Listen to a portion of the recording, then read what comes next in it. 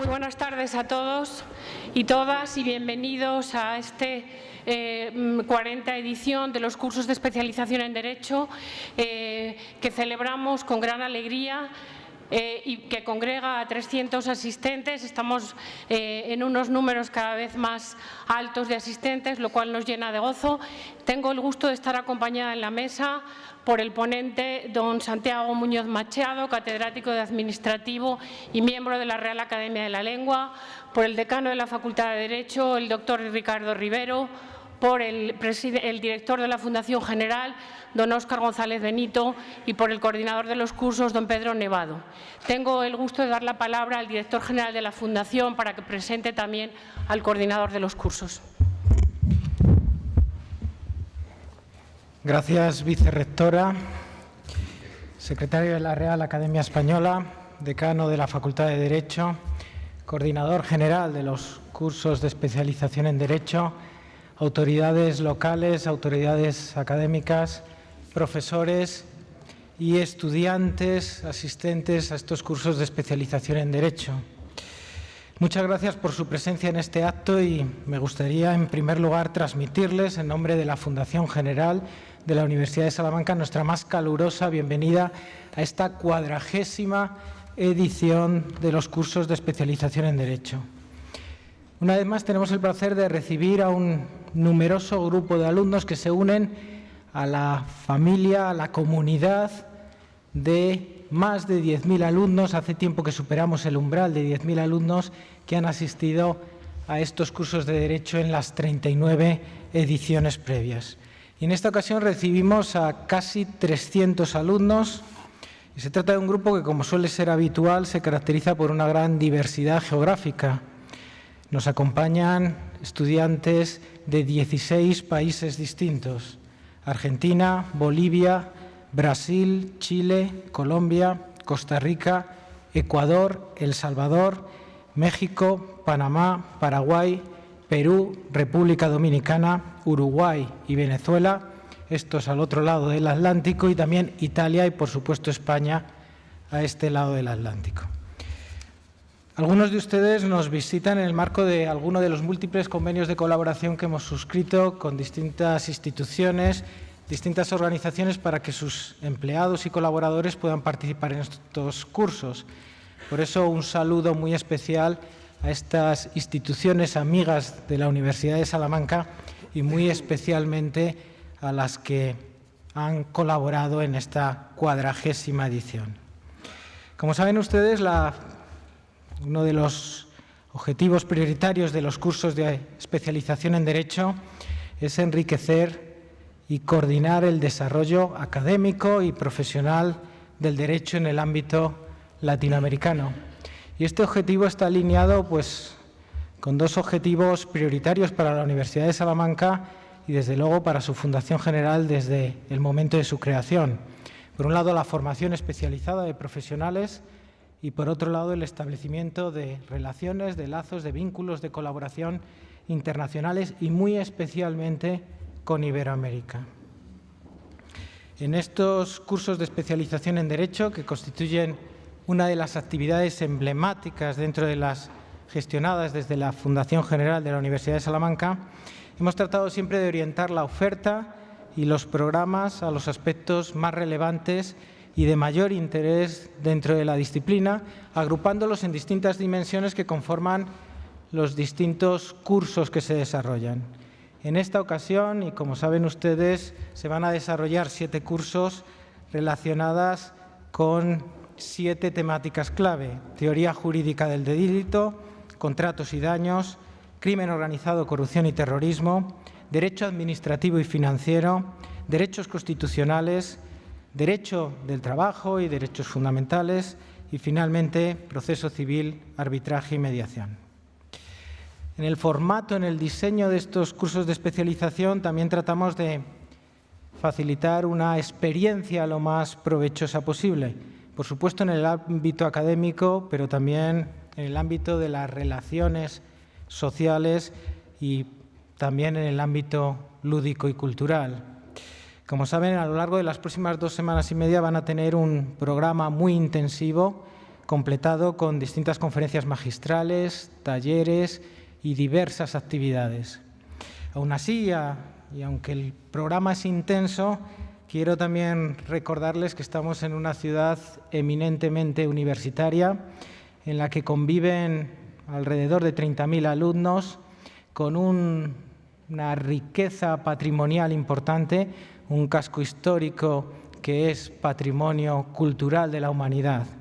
En este sentido, no dejen de disfrutar de este entorno, que sin duda es el lugar ideal para aprender, para especializarse, para formarse, para perfeccionarse y también para intercambiar experiencias. Para concluir, y como me gusta reiterar en todas las ocasiones, me gustaría hacer un reconocimiento explícito a todos los que hacen posible esta iniciativa formativa, estos cursos de especialización. En primer lugar, a nuestro activo académico, empezando por los directores de los cursos, encabezados por el coordinador general, el profesor Pedro Nevado. Todos ellos de reconocido prestigio hacen un gran esfuerzo por confeccionar los mejores programas, por reclutar los mejores ponentes y los mejores conferenciantes. Extiendo este agradecimiento, por supuesto, a todos los profesores que colaboran en los cursos y muy especialmente quiero agradecer a don Santiago Muñoz Machado, como ha comentado nuestra vicerrectora, catedrático de Derecho Administrativo, secretario de la Real Academia Española, porque muy amablemente ha aceptado nuestra invitación para impartir la lección inaugural en estos cursos. Por otro lado, quiero reconocer explícitamente la labor del equipo técnico de la Fundación General de la Universidad de Salamanca. Ellos se encargan de toda la organización y de toda la logística que conlleva los cursos. Seguro que muchos de ustedes han interaccionado con ellos en el proceso de inscripción, en la preparación de su viaje, también en el proceso de registro a lo largo del día de hoy y seguirán interaccionando con ellos a lo largo de los próximos días.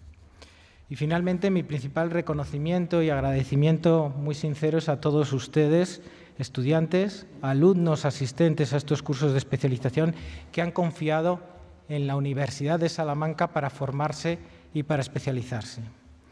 Estos cursos son una oportunidad para actualizar conocimientos, pero también son una oportunidad para intercambiar ideas, para intercambiar experiencias y para establecer relaciones. Y en este sentido, ustedes constituyen el principal valor añadido de estos cursos. Como decía antes, son un grupo muy heterogéneo, no solo por el origen geográfico, sino también por sus trayectorias, por su experiencia profesional, pero tienen un denominador común. Todos ustedes ocupan y aspiran a ocupar puestos de gran relevancia en los sistemas y estructuras jurídicas de sus países de origen. Y por eso tienen mucho que compartir y por eso su presencia es lo más importante para conseguir el objetivo multiplicador en el desarrollo del conocimiento que pretendemos con estos cursos. Por tanto, concluyo deseándoles una feliz estancia con nosotros, transmitiéndoles el ofrecimiento de la Fundación General, el mío y el de todo su equipo, para recibir todas sus sugerencias, todos sus comentarios, todas sus propuestas que permitan enriquecer estos cursos y también, por qué no, explorar nuevas líneas de colaboración y de ayuda mutua. Estamos a su entera disposición y cedo la palabra a don Pedro Nevado Batalla, coordinador general de los cursos, para que también les transmita su bienvenida. Muchas gracias.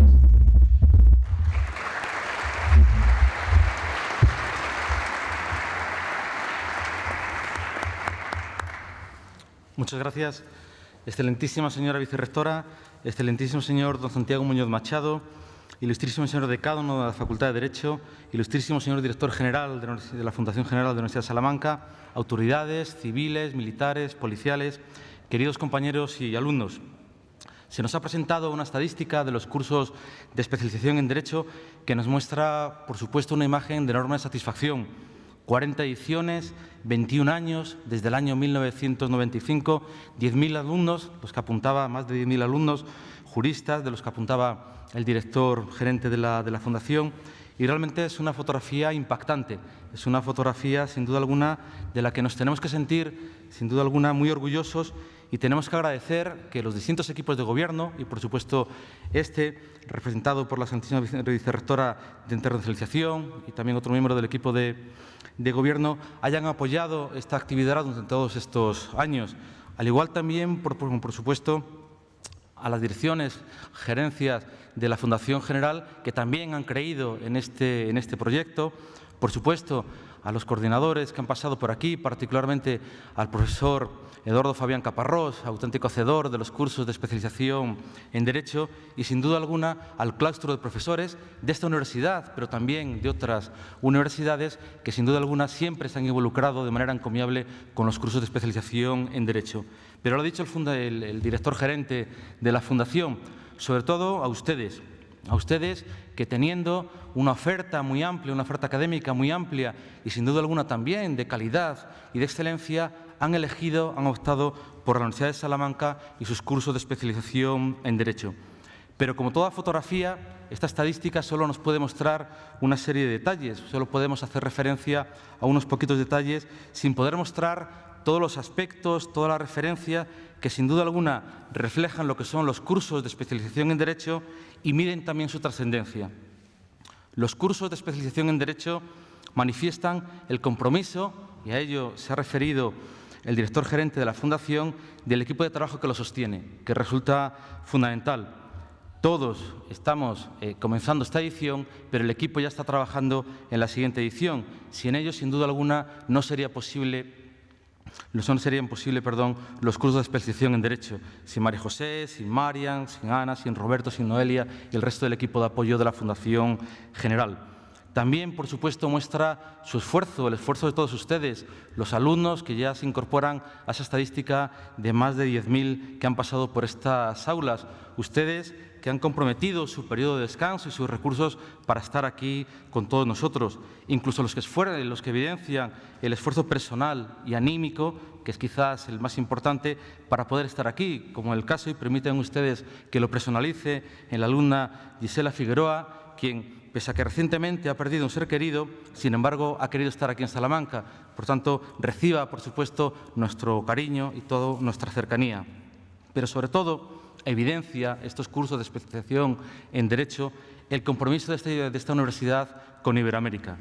Compromiso iberoamericano sobre el que mucho se habla y se dice, incluso se hace alarde, pero que siempre ha encontrado y encuentra en esta universidad, en la Universidad de Salamanca y en estos cursos, una coherente relación natural, donde en esta relación la correspondencia y la mutua valoración son los trazos que nos definen y definen a los cursos de especialización en Derecho. Cada edición de los cursos de especialización en Derecho renuevan y hacen aún más vigoroso este compromiso, haciendo que las viejas piedras de esta universidad, en breve 8 veces centenarias, sigan siendo testimonio de esta relación entre Iberoamérica y España, en este caso a través de sus juristas y el análisis del derecho. Y esta relación con los juristas y el análisis del derecho hace que nuestra responsabilidad sea aún mayor, porque bien sabemos todos los que nos dedicamos al derecho que los juristas, todos los ciudadanos, pero los juristas particularmente, tenemos una especial responsabilidad en lo que es alcanzar, hacer rendir el progreso y la democracia en nuestros países. Espero, y la verdad así lo deseamos, que su estancia aquí responda a sus expectativas y cuando regresen a sus países sientan con orgullo que forman parte de la Universidad de Salamanca, de nuestra universidad y de su universidad ya en estos momentos. Y, por supuesto, que tengan en cuenta esa vocación iberoamericana que está en la esencia y el carácter de nuestra universidad. Muchísimas gracias.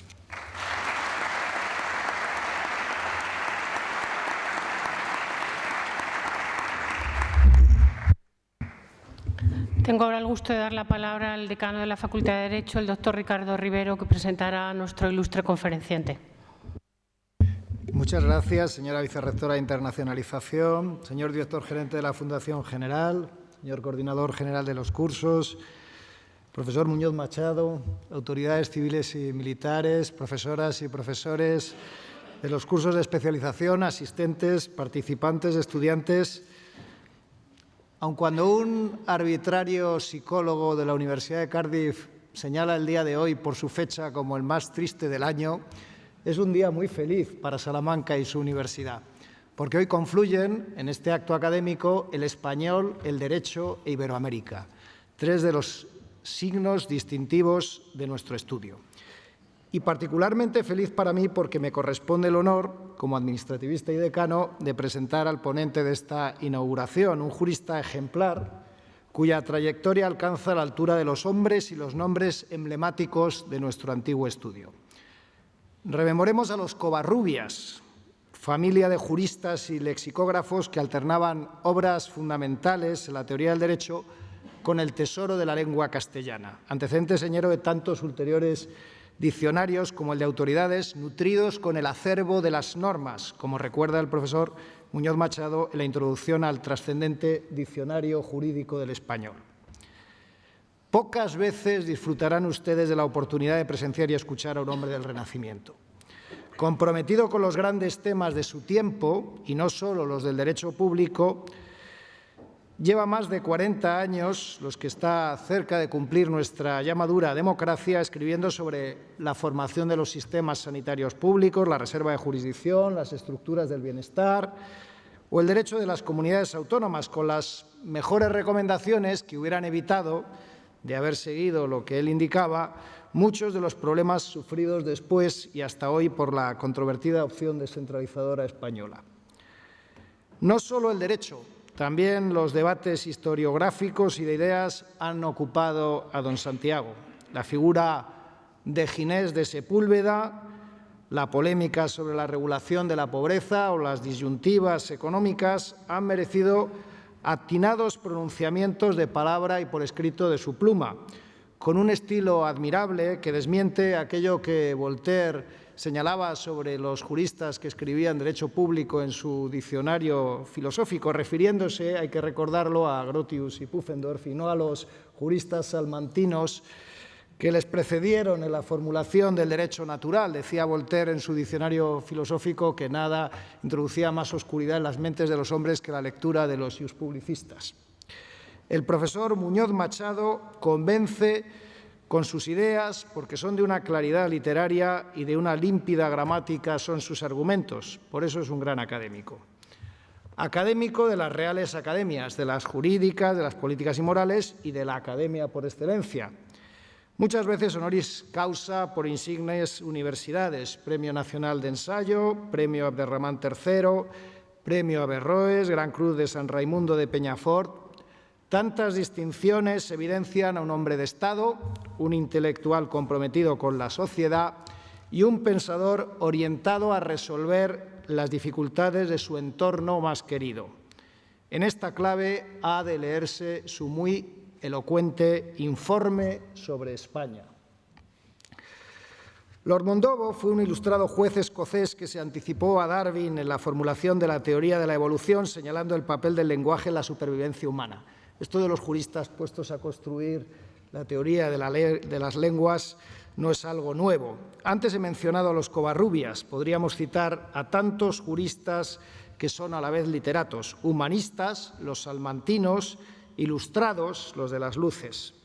Las relaciones entre derecho y letras merecen recordar la aportación del profesor Muñoz Machado en el Diccionario Jurídico del Español y en su obra Los grandes procesos de la historia de España.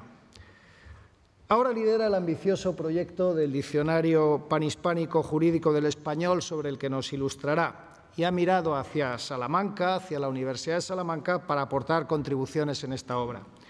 La Facultad de Derecho de este estudio está trabajando según sus indicaciones, porque la construcción de un Estado de derecho común, desde los presupuestos de la democracia y la protección de las libertades, requiere palabras que todos entendamos, un vocabulario jurídico compartido. Muchas gracias, don Santiago.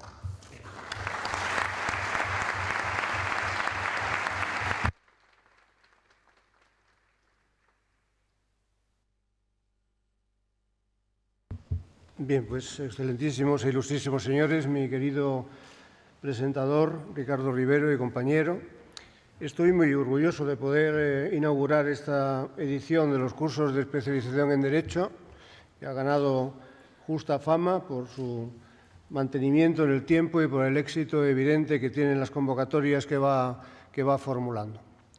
Vengo a hablarles de derecho y de lengua y a presentarles, a explicarles qué es lo que queremos hacer cuando enunciamos ese proyecto tan ambicioso del diccionario del español jurídico panhispánico.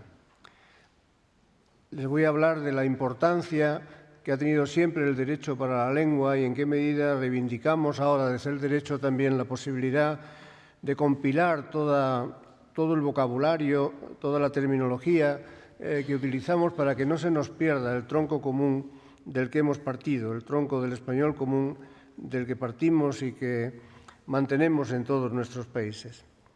Hace un par de años, el Consejo General del Poder Judicial y la Real Academia Española, el Tribunal Supremo Español y la Real Academia de la Lengua, celebraron un convenio que tenía como principal objetivo procurar y fomentar la claridad del lenguaje jurídico. Los juristas somos acusados con bastante frecuencia, tanta frecuencia como injusticia, de no ser claros en lo que decimos, de tener un lenguaje farragoso, torcido y nada fácil de interpretar. No siempre es cierto y frecuentemente la imputación es injusta porque el derecho no es claro en la medida que quien lo dice o quien lo escribe no lo es o no maneja el castellano adecuadamente, porque haciéndolo bien realmente esta ciencia no maneja un lenguaje muy diferente del que es ordinario, del lenguaje de la calle, del lenguaje vulgar, el que adorna a veces sí de ciertas expresiones técnicas como es natural, dado que algo de tecnolenguaje, de lenguaje técnico, tiene también el derecho.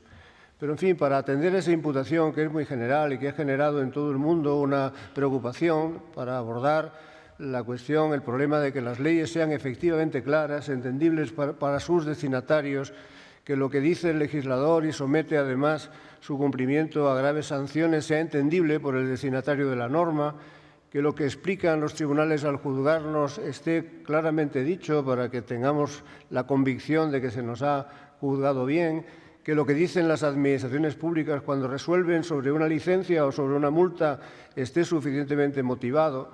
Todo eso requiere un lenguaje adecuado, un lenguaje asequible por el destinatario de la norma, de la decisión, del acto, de la sanción, de la multa, que a veces se critica la insuficiencia de esa claridad.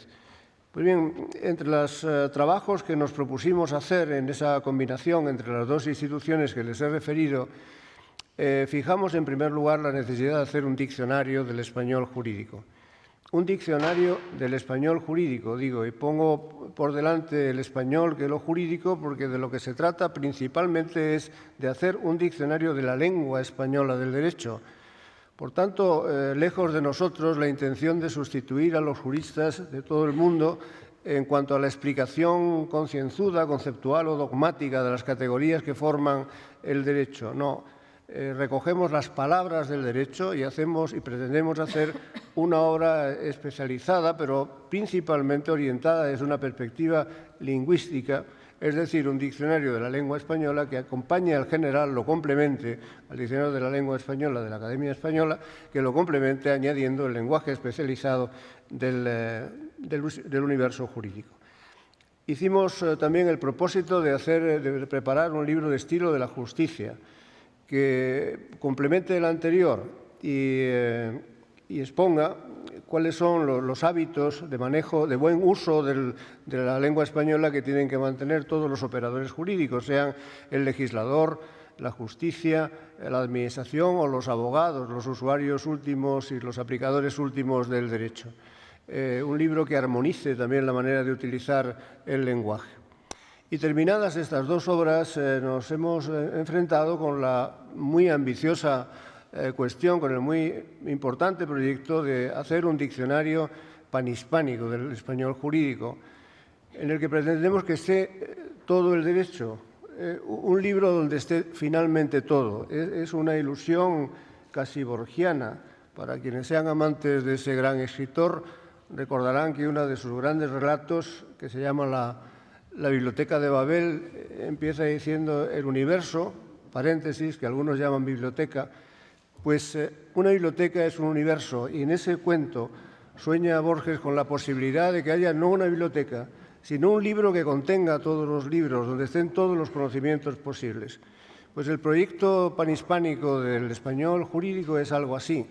una puesta en común de la totalidad de nuestras lenguas en lo que tiene de armónico y ordinario, de uso general, y en lo que tiene de particular y especializado, en la medida que se han creado lenguas o dialectos singulares en cada uno de los países del área hispánica para incorporarlos igualmente y procurar que nos entendamos mejor y que cuando ustedes, los que proceden de aquellos países, vienen por aquí, entiendan también el lenguaje de nuestras leyes y nosotros y nuestras empresas y nuestras administraciones públicas y nuestros profesores no se equivoquen a la hora de interpretar lo que dicen sus libros de texto, lo que dicen sus leyes, lo que explican sus tribunales.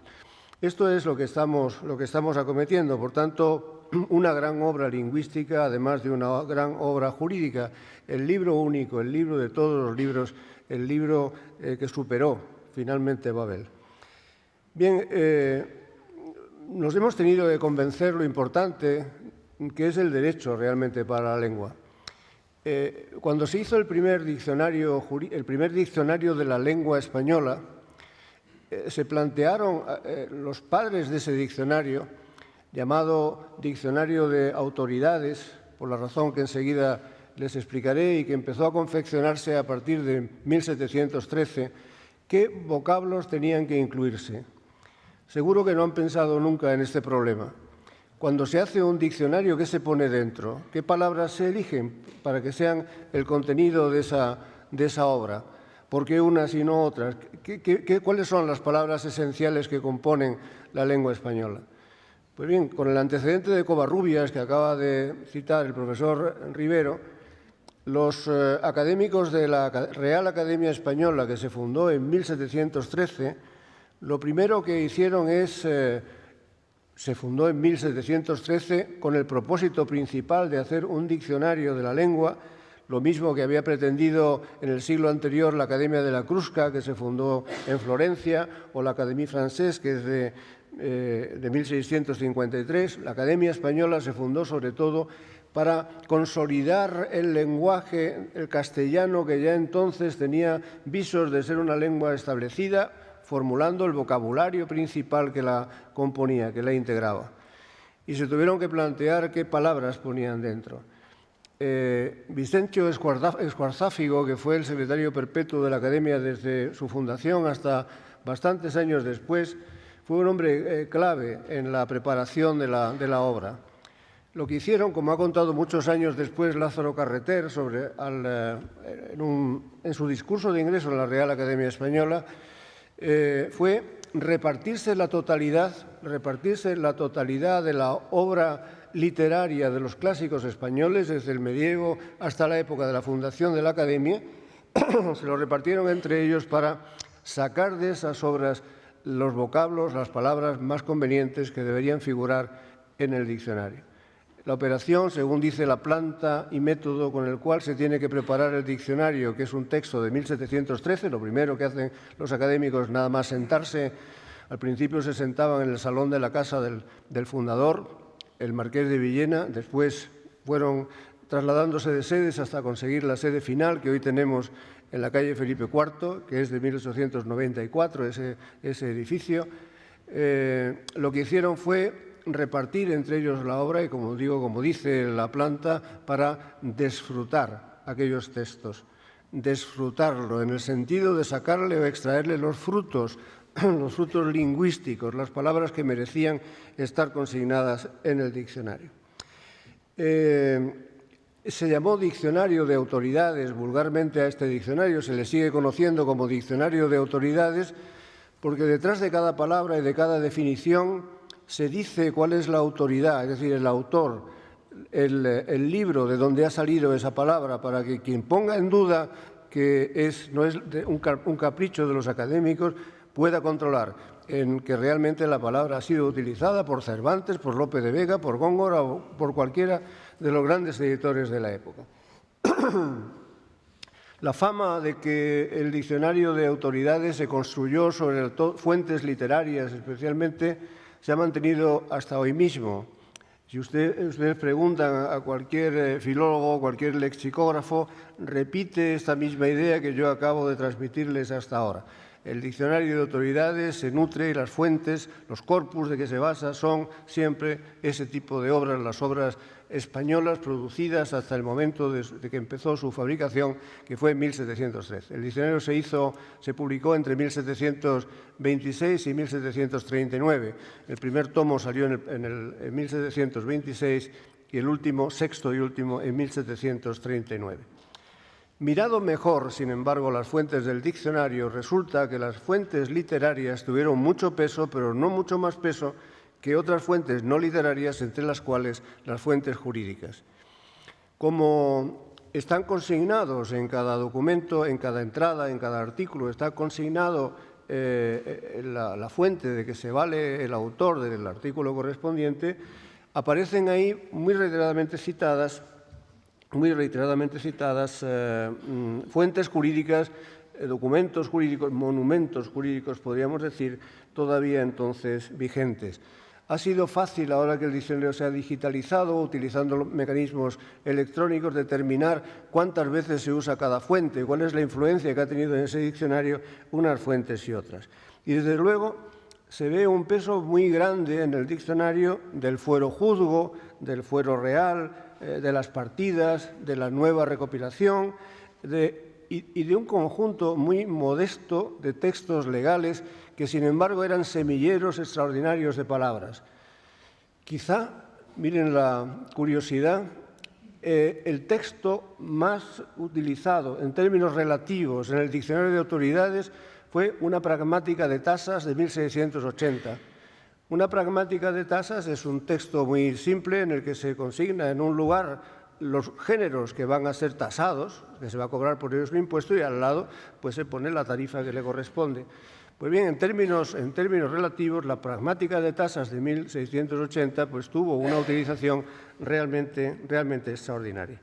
Era lógico esto, porque entre los académicos de la lengua en los años de 1713 a 1736 la mayoría eran juristas.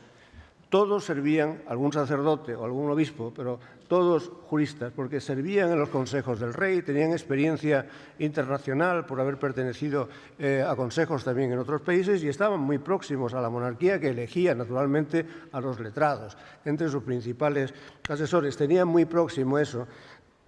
Y eran los juristas también los que habían manejado mejor las primeras compilaciones de normas. Inventamos los juristas la ordenación de las palabras por orden alfabético, porque eso es en lo que consiste hacer códigos, y se empeñaron en hacer códigos desde muy antiguo muchos, o relaciones de palabras o vocabularios, muchos juristas y algunos que sin serlo, gramáticos, como Nebrija, también hicieron sus propios vocabularios civiles, en su caso, que fueron una fuente directa de la que aquellos académicos manejaron entonces. Había además, puesto que las glosas de los textos era la práctica más habitual, había además diccionarios de glosas o vocabularios en los que se ordenaban las glosas.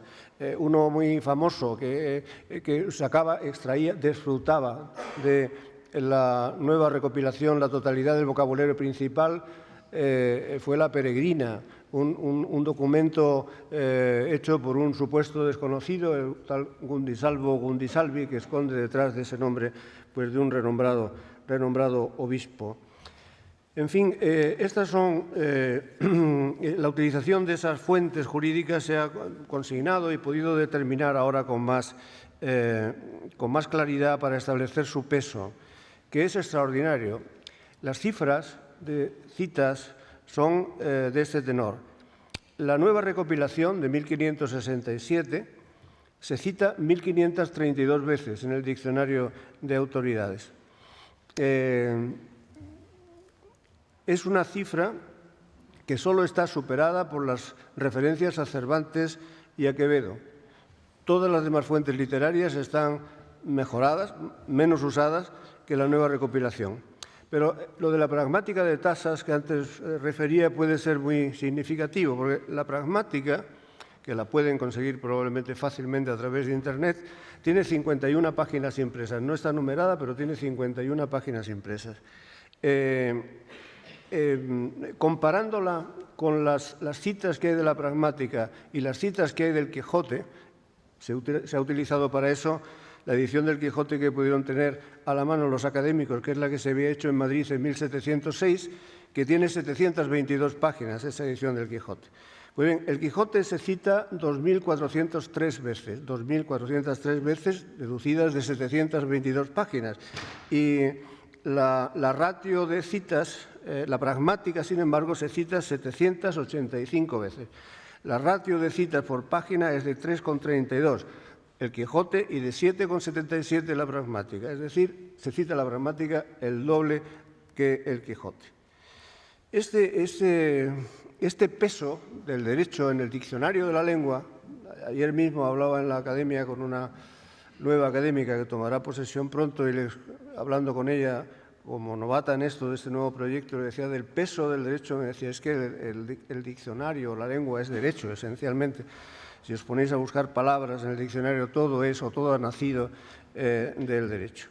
Bien, autoridades nunca más volvió a hacerse. Se hizo esa primera edición y nunca se completó por una razón que es fácil de comprender. Se editó se hizo una segunda edición en 1770, pero solo del primer tomo, en 1770. Era imposible volver a hacer ese diccionario porque a partir de 1700 cambió la monarquía, llegaron los Borbones, se hicieron los decretos de nueva planta y se cambiaron los criterios de la política económica, de la política educativa, social, es decir, empezó a funcionar la Ilustración progresivamente a lo largo del siglo y cambiaron mucho los conceptos legales.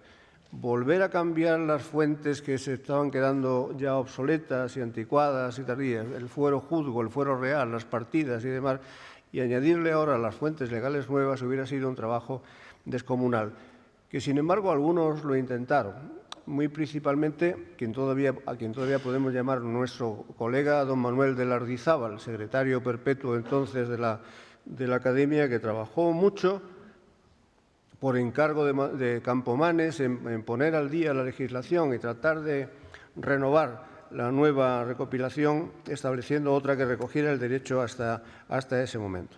Pero ese cambio radical del derecho y el cambio también, la innovación de las fuentes literarias que iba imponiendo realmente el hecho de que aparecían muchas obras nuevas, muchas obras de dramaturgos, de poetas, de literatos en general, pues hacía imposible realmente esa revisión. Desde 1780, el criterio de los diccionarios de la Academia cambia. No hay más diccionarios de autoridades, no hay más de 6 volúmenes y se sustituye por el diccionario de uso que ahora manejamos, habitualmente en un solo tomo. Se priva ese diccionario de las autoridades que lo engordaban y se sustituye por la entrada y la definición escueta de una o varias acepciones según el caso. Así ha ido renovándose el diccionario de la lengua española desde aquella fecha de 1780 hasta la actualidad, que está la edición vigente, es la 23ª, y se está trabajando en la 24ª, que aparecerá dentro de unos años. Pero a final del siglo XVIII, además de esa renovación jurídica y literaria, se produjo una revolución lingüística de tamaño muy importante, impulsada de nuevo a través de las normas y de las renovaciones legislativas. Ocurrió que empezó nada menos que la Revolución Francesa, la Revolución Americana y el constitucionalismo. El constitucionalismo traía unas novedades lingüísticas extraordinarias porque ponía en juego y en circulación palabras que no se habían utilizado hasta entonces nunca, y además palabras que no eran neutrales. Durante la monarquía absoluta, pues la utilización de las palabras no tenía ninguna connotación política. A partir de la Revolución Francesa, hablar de fraternidad, utilizar conceptos como derechos fundamentales o libertades, asociación, reunión, libertad de prensa, todas tenían connotaciones políticas, de modo que a quien las usaba realmente podía incurrir en un grave peligro de que fuera imputado. Los diccionarios no, al contrario de lo que hizo autoridades y precisamente por esta connotación política de las palabras, no respondieron a la renovación. La revolución de las palabras no fue inmediatamente recogida en los diccionarios. En Francia, como triunfó la revolución y todavía duró un poco tiempo, Hubo hasta reformas del diccionario de la lengua francesa para incorporar alguno de ese vocabulario nuevo. En España, que el periodo en que esto ocurre es un periodo de una inestabilidad política extraordinaria. Les recuerdo, pues se aprueba la Constitución de 1812, inmediatamente vuelve Fernando VII como monarca absoluto, se va o lo echan, retorna y tenemos un periodo de retorno a los sistemas ideológicos e institucionales del antiguo régimen que determinan que esas palabras quedan bloqueadas, no se incorporan realmente al diccionario, pero el derecho va empujando y pretendiendo de nuevo esa renovación. No hay en el diccionario hasta muy tardíamente palabras como asamblea legislativa, elecciones, soberanía nacional, separación de poderes, libertad liberal, guillotina, igualdad, felicidad, una palabra ilustrada por excelencia, libertad de imprenta. Incluso todavía se echan de menos en la entrada, en el artículo libertad, en el diccionario vigente, algunas variantes de libertad que no han tenido nunca acogida. Les marco esta curiosidad. No está libertad de asociación, que fue de las libertades modernas la más conflictiva durante el siglo. Costó introducir libertad de imprenta y, sin embargo, pues hay arcaísmos, como la última acepción de la palabra libertad, que es llevar a libertad a la novicia, que está definido como traer a la novicia a un sitio reservado y lejano para que pueda dejar el convento. Esa libertad se ha mantenido, las libertades nuevas, sin embargo, han quedado de algún modo bloqueadas, aunque no hay ninguna razón política para que eso ocurra, sino más bien problemas de retardo o de falta de atención por nuestra parte.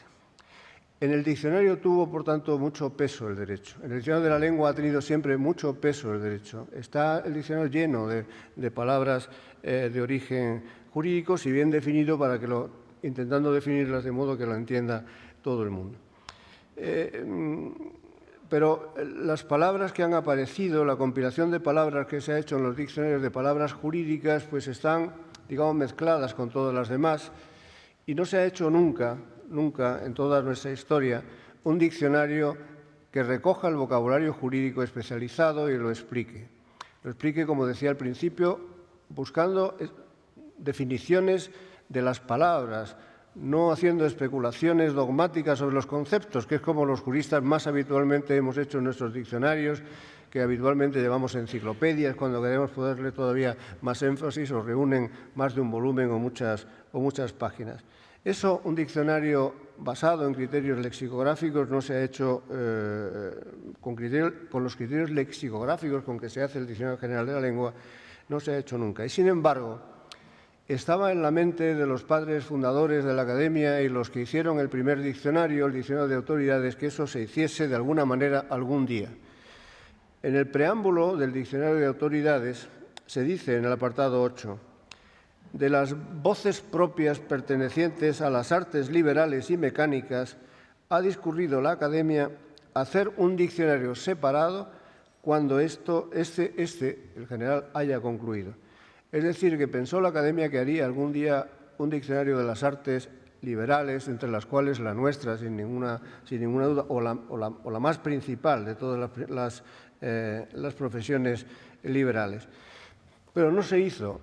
Se dejó pasar el tiempo y no se hizo. Cuando se publicó la segunda edición del primer volumen en 1770, se aduce en esa edición que realmente es el diccionario general tan copioso, tan lleno de palabras, es tan extenso que no necesita más, que ya es suficiente lo que se recoge de todas las artes y que no hace falta hacer un diccionario especial. En la edición de 1884, personajes tan insignes como don Juan Valera y Castelar discutieron sobre por qué no se ampliaba en el diccionario todo esto del lenguaje técnico y dieron una resolución que ha durado hasta ahora. No lo vamos a hacer, no se incorporarán palabras de tecnos lenguajes, de lenguajes especializados o técnicos hasta tanto hayan pasado al dominio común. Cuando la gente en la calle los use, aunque provenga del lenguaje especializado, entonces lo incorporaremos. Algunos echaron de menos esa mayor voluntad constructiva y favorable al derecho que le había servido de base a la Academia para tantas cosas, el que no se hiciera en ese diccionario, y algunos privados trataron de corregirlo. A partir de 1780, el padre jesuita Ferreros editó un diccionario castellano con las voces de las ciencias y las artes, y ahí se incluía y corregía mucho las deficiencias del diccionario de la Academia.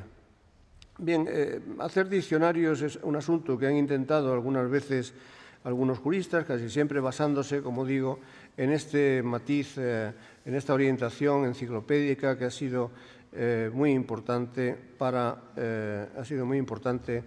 la formación del lenguaje general.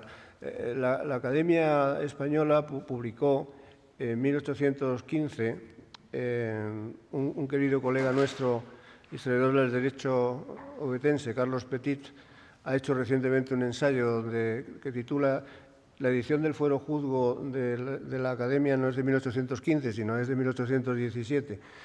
No sé si habíamos celebrado ya el centenario hace 2 años, pero tendremos que celebrarlo de nuevo a la vista de su descubrimiento. Pues hizo una edición del Fuero Juzgo, maravillosa edición, impulsada por jovellanos y preparada sobre todo por Manuel de Lardizábal, donde reconoce en un prólogo prodigioso realmente la importancia que ha tenido el Fuero Juzgo en la formación de la lengua castellana.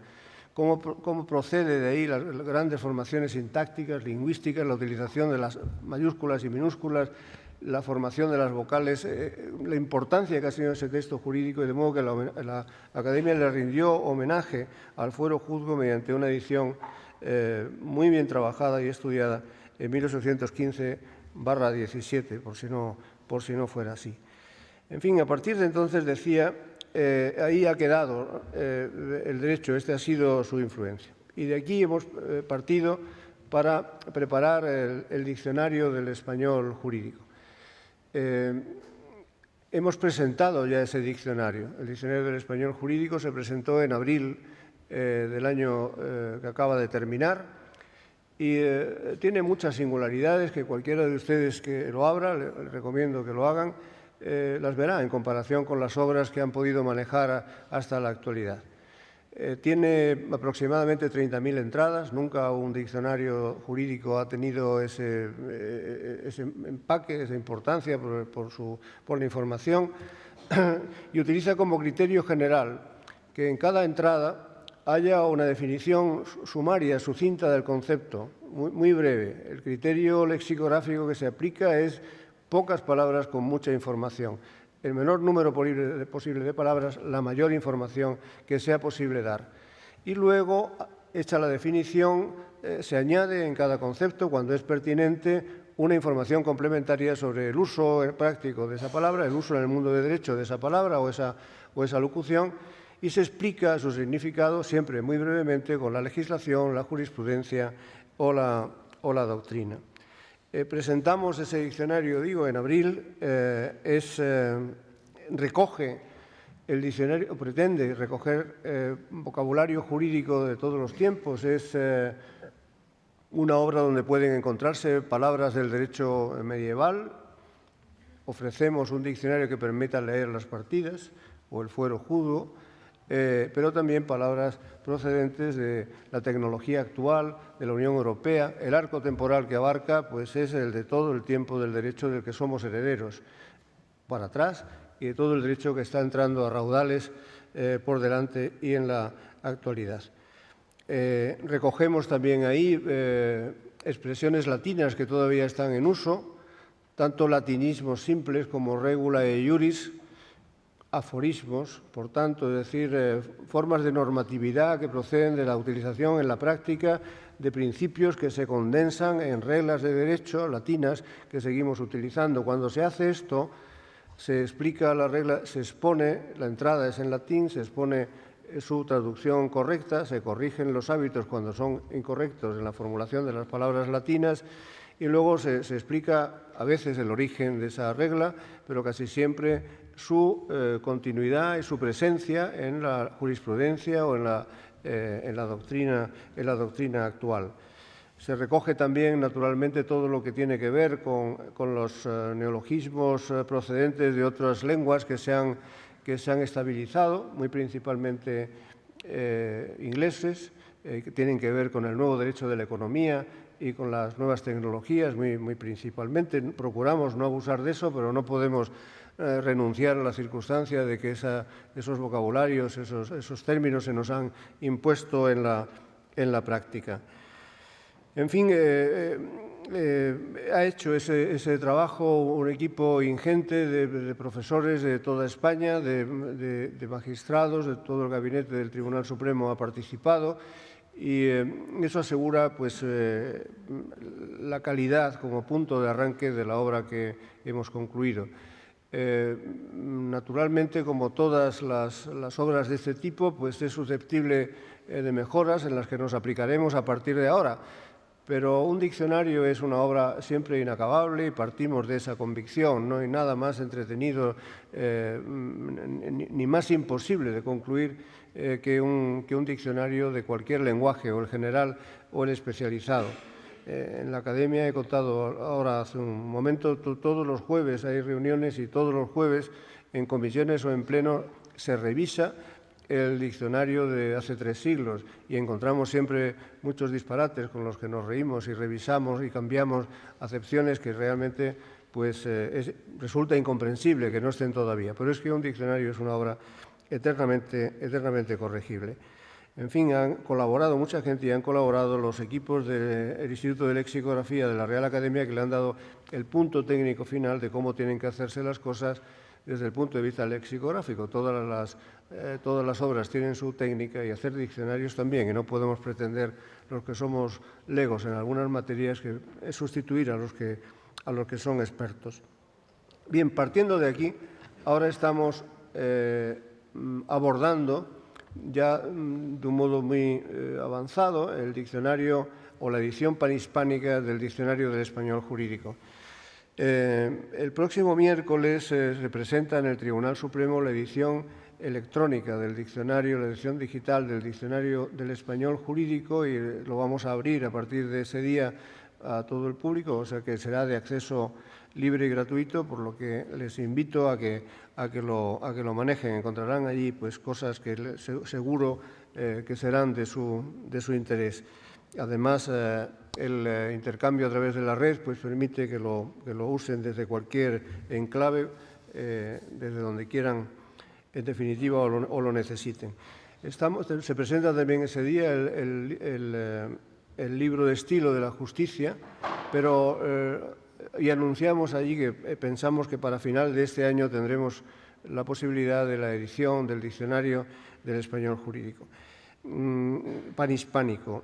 Hemos involucrado en este proyecto a las academias de la lengua de todos los países de habla hispana americanos y hemos involucrado a muchas gentes, pero el peso muy especial de la preparación de ese diccionario va a recaer sobre la Facultad de Derecho de la Universidad de Salamanca, a quien nos hemos dirigido basándonos en su acreditada fama de universidad que tiene muchos créditos en Hispanoamérica y equipos y contactos con todas las universidades de aquellos países mejor que ninguna otra universidad española.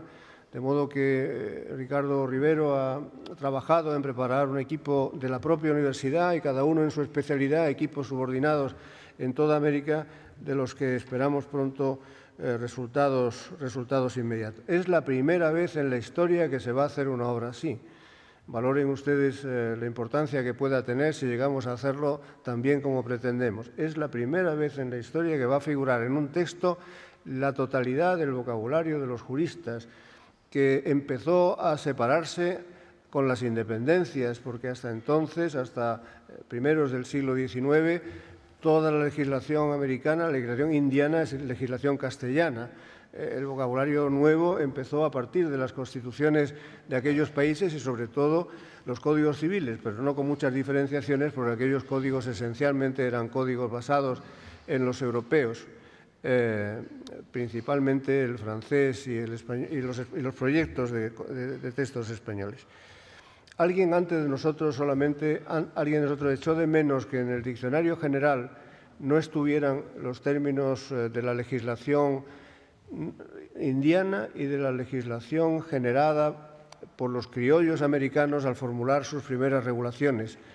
Fue alguien tan importante como don Rafael Altamira, probablemente nuestro primer especialista en derecho indiano, historiador del derecho y historiador general. Don Rafael Altamira publicó en 1941 un hermoso texto que llamó Diccionario Castellano de Palabras Jurídicas y Técnicas tomadas de la legislación indiana. Don Rafael lo que hizo con los escasos medios que tenía, porque vivía exiliado del régimen franquista, fue tomar un diccionario, la edición que entonces había del diccionario, él cita la de 1927, que no era la vigente entonces, pero era la única que él había podido conseguir, y contrastarlo con la compilación de la legislación de Indias de 1680, y de esa confrontación pues hizo un libro que tiene 500 páginas explicando cuántas voces indianas faltaban. La verdad es que exageró un poco Altamira, porque muchas veces comprueba que la palabra que echa de menos está, pero lo que quiere decirle a la Academia es que realmente se equivocan en la definición, en el significado, porque significa de verdad una cosa algo distinta. Pero, en fin, es meritorio e importante recordar este antecedente, que es de los pocos que se pueden citar del empeño de completar nuestros diccionarios con el lenguaje de Indias, que no es, sin embargo, el lenguaje de la América que ha crecido y se ha desarrollado y se ha diferenciado de nosotros durante estos 200 últimos años. Es muy importante recogerlo, decía al principio, para que sigamos entendiéndonos bien y para seguir teniendo presente que en el derecho está la base de la unificación del lenguaje y también está el motor más importante de su dispersión y diversificación. Abordar una obra, el libro de los libros, el libro donde está todo el conocimiento posible, el libro biblioteca donde está todo lo que se puede buscar de vocabulario y de significación primaria de las palabras de derecho, nos parece que puede convertirse también para la Universidad de Salamanca en una de las mejores celebraciones de su 8º centenario. Muchas gracias.